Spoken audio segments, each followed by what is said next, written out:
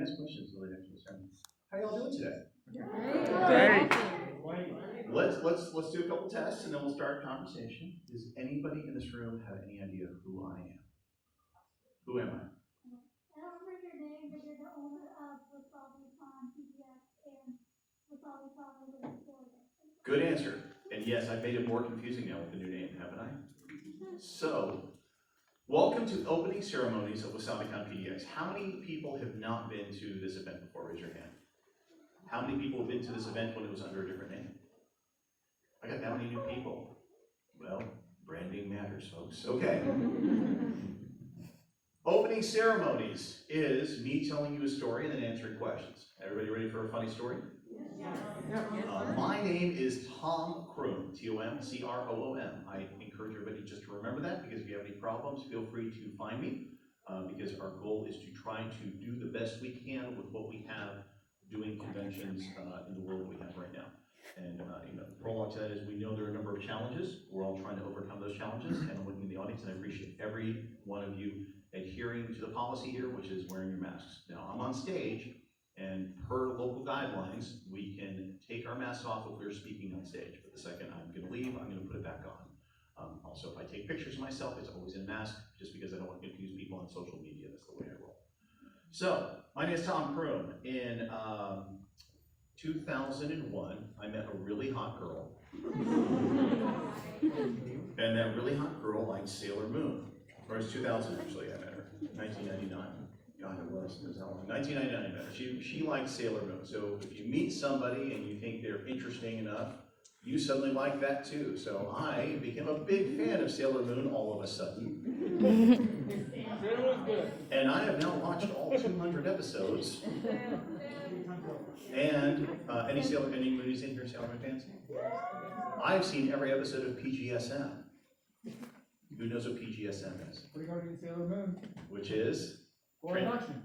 Yes, translated for the normies. There's a live action Sailor Moon series from Japan.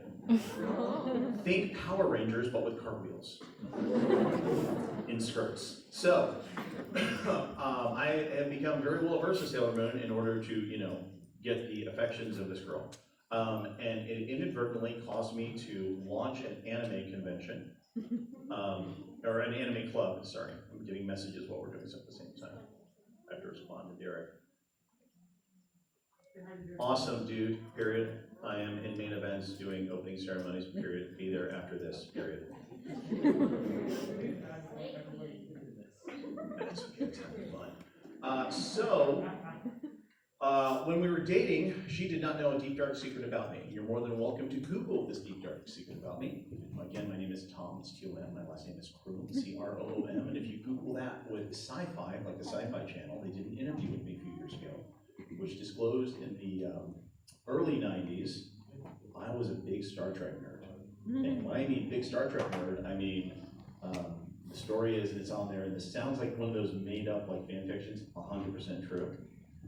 When I was in high school, I was at my friend's house on Friday night, because we were watching Star Trek, the original series, because you watch that on Friday night, because Saturday is when the new episodes of Next Gen came on. So we were all at my friend John's house playing AD&D, Advanced Dungeons & Dragons, while watching Star Trek, the original TV series. When we saw a commercial for Trek Fest in West Palm Beach, Florida, we're like, that's one of those Star Trek conventions we heard about. So we said, you know what, we should go to that. So we went to Kmart that night, when it was still around, and we bought red sweatpants, black sweatshirts, some glitter, some poster board, and a first aid kit. And before it was a thing, back then, we made costumes of the security officers that get killed in every episode of Star Trek. Now, I was 15, my other friend was 16, neither of us was old enough to drive, so to really drive the time period story home, we had our friend Eric, and Eric drove a really bitchin' 1989 Trans Am. And we're like, Eric's old enough to drive, maybe he'll drive us all, so we shoved John in the tiny back seat of the Trans Am, and we all drove down to West Palm Beach, Florida, and did a Star Trek convention. And we entered the costume contest, and our costume was so crazy and fun that we made the night before. My friend John and I entered together, and we won. We won $20 in cash and a Dick Tracy movie poster. And it was given to us by none other than the guest of honor, George Takei. Oh. So we came out and was like, oh my. You look like you've had a rough time. We're like, oh my God, it's Sue. So we won a costume contest. So I was dating this really pretty girl, and she liked Sailor Moon, and I said, listen, I'm gonna tell you something. This is something I used to do. So knowing as attractive as you are, and that you're into Sailor Moon and your mom can sew, how about you make your Sailor Jupiter costume? And there's a local anime convention that's gonna happen here. So we went to the anime convention. She entered the costume contest. The first one that was in Orlando, Florida, was called Anime Festival Orlando. She dressed up as Sailor Jupiter, and she won Best of Show. Right? Cool. And back then, you could get really good prizes. She got a painted cell from the original Sailor Moon series. We still have it. So, as a result of that, I wound up creating an anime club, and that anime club was called Wasabi Anime. And Wasabi Anime was literally my friends and I in Florida going, hey, this is cool, let's have fun, dress up and go to conventions. And then we started doing shows like the Wasabi Anime musical, and I'm on stage, yes? Hi.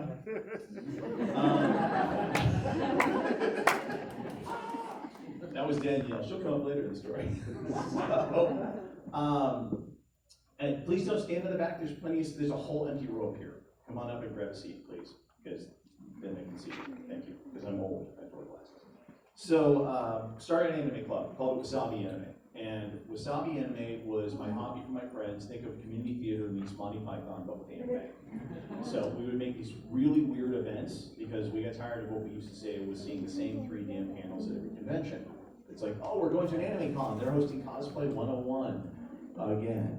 So we started doing fun stuff, musical shows, things like that. Caught the attention of people, and in 2007, somebody asked us to come to their convention outside of Florida. And we said, well, this is like our hobby, we do it locally, and they confused me and offered me money. So Green Mustard LLC was created, and it eventually became Green Mustard Entertainment. So flash forward to now. Green Mustard Entertainment Inc. is effectively an extremely well-known small business under the brand name Wasabi Anime. Wasabi Anime is the premier company for providing anime content for pop culture expos and conventions in North America. So, for example, conventions this year that we are committed to. MegaCon in Orlando, Florida, with 100,000 people. Fan Expo Canada in Toronto, which is the largest convention in Canada, it's 130,000 people. Calgary Expo, Edmonton Expo, Fan Expo Denver, Fan Expo Dallas, Fan Expo Boston, Gen Con in Indianapolis, Origins Game Fair. All 9 of those shows, I had to count, that was embarrassing. All 9 of those shows have Wasabi Anime there, and we come in and advise, says, hey, here's what we think is cool, let's do this for your convention. And then we, on our own, start running our own conventions for fun. And we try to do more of the intimate environment of just a couple thousand people. So, any Invader Zim fans? You ever heard of a show called InvaderCon? It's the Invader Zim convention, that's us. So we do like every 5 years now, I guess, or something like that. We did Florida Anime Experience in Orlando, Florida. Another convention bought it from us, so they didn't have to compete with us anymore. I took the check away. And then we decided we'd create Wasabicon, the Wasabi Anime Convention in Jacksonville, Florida. And each year that thing grew. And the concept was, you know, there's anime conventions, and then anime say they're anime conventions, but they have other things. But there's 3 things that anime fans, we really give it, sorry, I'm trying not to swear, my wife yells at me, that we really care about, which is anime, cosplay, gaming. That's it. So I love comic books, but I don't do a comic book convention. I love fantasy. Trust me, I'm a huge Dragon Con fan. I go whenever I can. But we want to focus on those 3 things for fans of Asian pop culture and the genres and the pillars that extend to that. So WasabiCon became very popular. It was growing in Florida. Meanwhile, there was a convention here that ran for years called NewConPDX. And NewConPDX then had a second show called AnimePDX, because why not confuse people?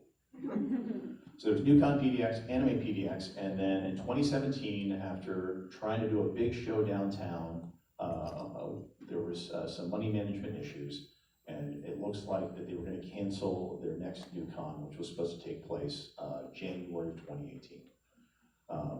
I had just remembered the part of the story where I said I'd sold one of my shows, so I had a big chunk of money sitting around, and I was a little bit drunk one night. And one of the things I've done in the industry is I'm the co-founder of something called Project Anime, which takes place in LA each year and in Tokyo.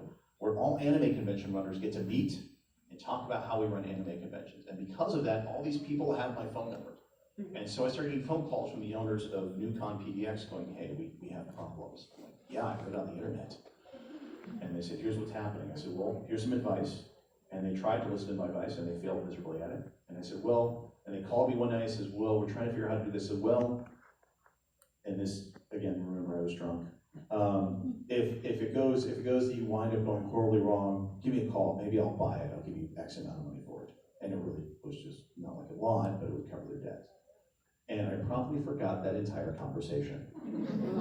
Flash forward to a few weeks later, I get a call from one of the owners, and she's like, hey, so we canceled the con. I'm like, I read online, damn, I feel for you, you know, it's a rough situation. It's like, well, we were talking, and we were wondering if that offer was still on the table. And I'm like, what offer? I said, when you said you'd buy the convention, I said, I did? Yeah, I'm like, how much did I offer? And they told me. I went, okay. Yeah, let me make a quick phone call. So I call my business partner, because I have a business partner who does this with me. I go, hey, Ken. He's like, what? My impersonation of my business partner, I'm the optimist, he's the pessimist. Like, literally, it's like Laurel and Hardy. Yeah, it depends on how you look at it. So, anyway, what's going on? I said, we offered to buy a convention. He goes, how much? I said, I offered this much money. He goes, we waste that on booze. I'm like, yes, we do. He goes, yeah, why not? Sure. So we bought NewConPDX. And when we bought NewConPDX, that's when we learned how pissed off people were in Portland with this show. And I started getting hate mail, like a lot of hate mail. And then people are like, you can't call it this because we're trying to locally register the trademark of Anime PDX. And I'm like, I don't care. I'll call it Fandom PDX. Really? Watch me. So suddenly Fandom PDX became the new NewConPDX. The new NewCon, that's funny. So we ran Fandom PDX for a couple of years. We had become extremely busy, as I told you, all the other shows we do. And in that transition, we were trying to keep up with building the show and rebuilding the show. We did a good job. We ran a summer show, we ran our 2019 show, and we ran the 2020 show last year. We're one of the people that got in right before the pandemic. So we had January 2020, and that was Fandom PDX. And the pandemic hit, and that's when you find yourself with a lot of time at your home office, because this is my full-time job. And I said, listen, we need to restructure. We have all these cool toys. Let's bring them under and line up their brands correctly. So we decided, as Wasabicon was created to be the Wasabi Anime Convention, we were going to build the foundation of this show using the same foundation that had been successful in Jacksonville, Florida. Because you have Rose City Comic Con here. So you have a Comic Con. You have KomoriCon, which is an absolute anime convention. But we're a hybridization of anime, cosplay, gaming, focusing on those three pillars really hard. So we said, cool, let's rebrand it. And so we created WasabiconPDX. And you have no idea how happy I was to find out that all the social medias let me change those names that easily. We were ready for, I had to call like my attorney. They're like, we don't know how to fix that. I'm like, well, you can find me somebody. And they're like, oh no, it all works, never mind. So we rebranded the whole show WasabiconPDX. Now when you have a show called Wasabicon, it makes life easy because you have a theme color, we can make stuff green, and we're happy. Number two is we had to differentiate it, so Portland is PDX, so we kept the purple color from Fandom PDX, and the Florida show is blue. And so when we did that, we started looking at the structure of the show and took some money, so let's spend some money. Let's get this thing upgraded a little bit, which is why you have such amazing guests this year. I trumped all the shows in the region, and I found the voice actor from the #1 anime on the planet and brought him to a tiny show in Portland, Oregon. You're welcome. Thank you. For anybody who doesn't know what I'm talking about, there is a small anime, it's very obscure, called Demon Slayer. A small one. For the parents in the room or people that aren't fully familiar with it, here are some otaku weeb level information facts for you that will make sense. Number one, the movie follow-up to the first season of the TV series is the #1 top grossing anime film in Japan of all time right now. Number two, the English dub motion picture that came out in the United States holds the US record for the largest foreign film opening in US history, and it did that in a pandemic. So that's how popular this silly show is. I have, of course, watched all of it because it's my job. So now here we are. We are in 2021, And last weekend, I kicked off what is going to be 11 different cities for me in 80 days. Last weekend was Orlando, Florida. This weekend is you guys. I stay home for my week. I stay home next weekend to see my dog. And then I have to go to Indianapolis, Atlanta, Jacksonville, Boston, Dallas, Denver, Calgary, Edmonton, Toronto, Columbus, and I'm skipping one. There's another one. It's on my calendar. I was just lined up there. Some of them are the same weekend. I have to fly to Atlanta for Wasabicon. I have to be there for 30 hours and then get on a plane and fly straight to Boston. And for fans to Boston. Crazy, right? That in a nutshell is why you guys are here. So WasabiconPDX is literally a long story of a nerd starting an anime club in Florida. That nerd wound up buying a convention that was having issues in Portland. And then we took the best of both those pieces, and now you are sitting in the final product. So, ladies and gentlemen, give yourselves a warm round of applause. Welcome yourself to Wasabicon.